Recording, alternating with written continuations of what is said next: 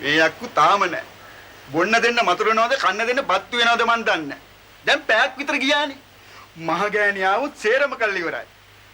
අනේ දෙයයන්ගේ පීඨේ යමුනා මේක බිව්වොත් මගේ ජීවිතේ ගියක් කවන්නේ නැහැ. හෙටම උස්සන් යනවා. ගුරු එන්න.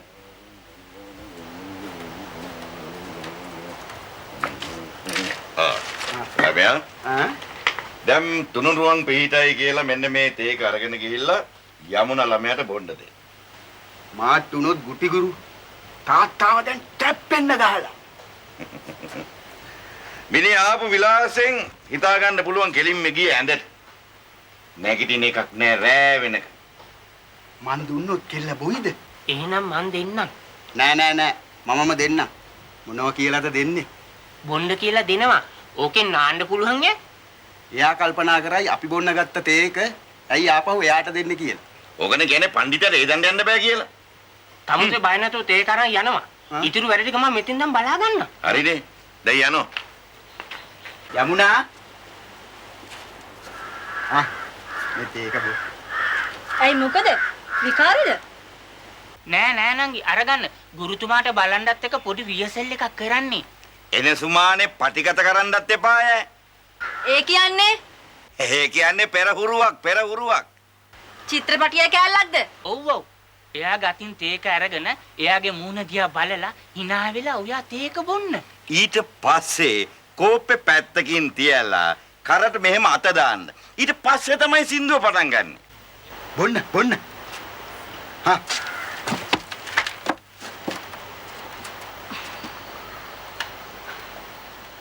ටිකක් මට දෙන්න.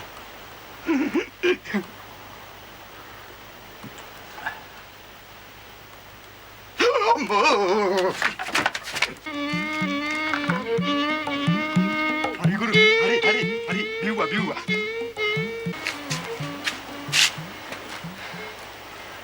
මොකද අර දුවන්නේ? තේක බිල සල්ලි නොතියද දුවන්නේ?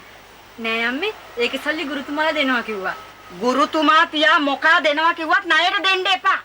සල්ලි ගන්න ගියාම යමාරුව. එහෙම වෙන්නේ නෑ අම්මේ ඒගොල්ලන්ගේ.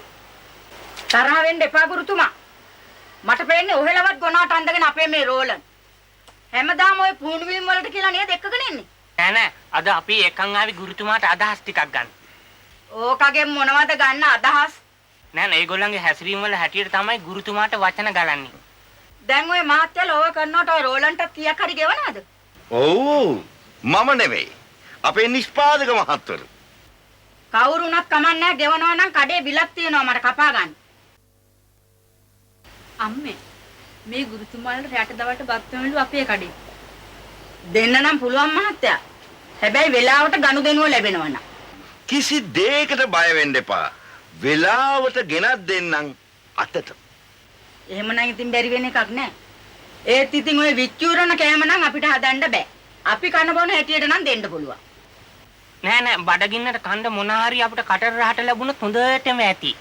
දැන් මහත්තයාලා ඔය චිත්‍රපටි අංශයට මත ගහලා කරනවා මිසක් යන්තර මන්තර වැඩ කරන්නේ නැද්ද? ඇයි නැත්තේ? ඒක තමයි අපේ ජීවන වෘත්තිය. මොකද මටත් තියෙනවා මේ කඩේ දියුණු වෙන්න සෙත් සාන්තියක් කරව ගන්න.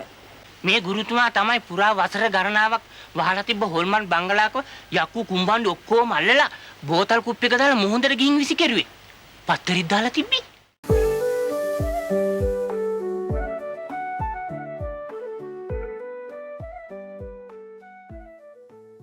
ඔබ සොයන තැන මෙතන ට්‍රී නේචර් රිසෝට්